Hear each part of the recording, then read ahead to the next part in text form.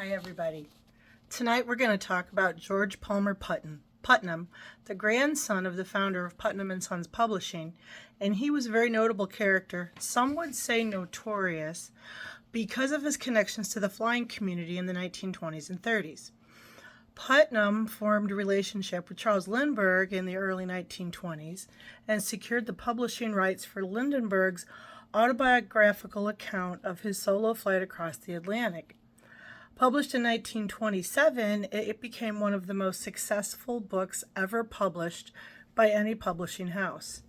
It was through Lindbergh that Putnam met and later married Amelia Earhart after Earhart completed her book named 20 Hours and 40 Minutes about her first solo flight across the Atlantic Ocean.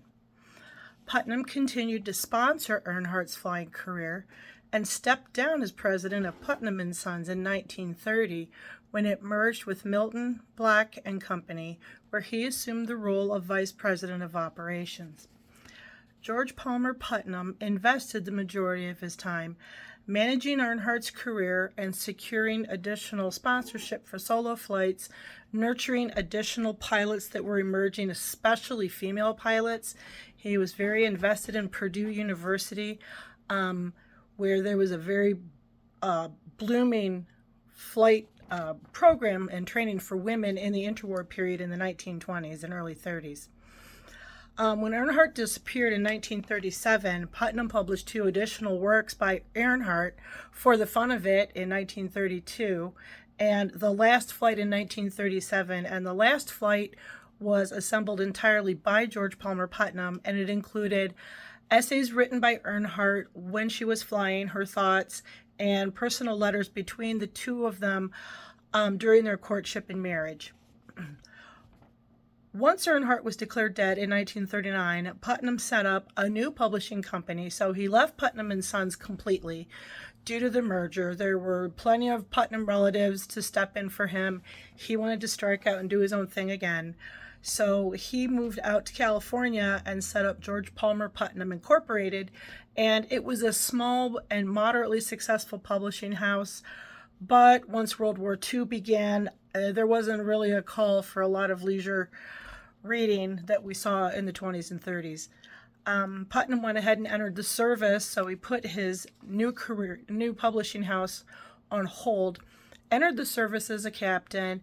He worked in intelligence for the U.S. Army for 3 years.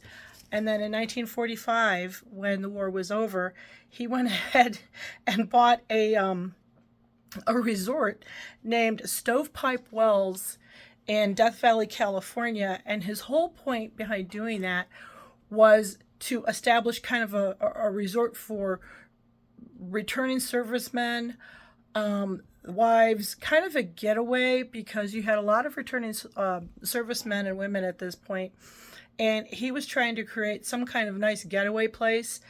But unfortunately, he died at Stovepipe Wells in 1947 at the age of 62.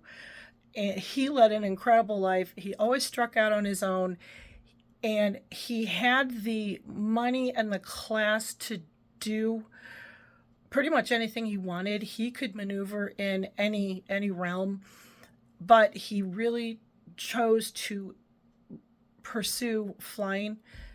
And I don't know where the flying thing came from.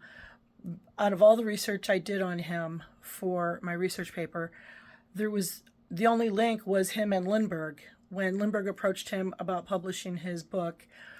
And from there, it just kind of took off. I guess Putnam felt that this was a worthy cause for his attention and his money, because he invested heavily in a lot of these pilots. They needed sponsorship. It was a big deal to get Putnam to back your bird in a time when flight was just, all the rage, unregulated, going all over the place. And that's where Putnam, instead of publishing, was spending a lot of time with flyers and pilots. So I hope you enjoyed it, and have a great day.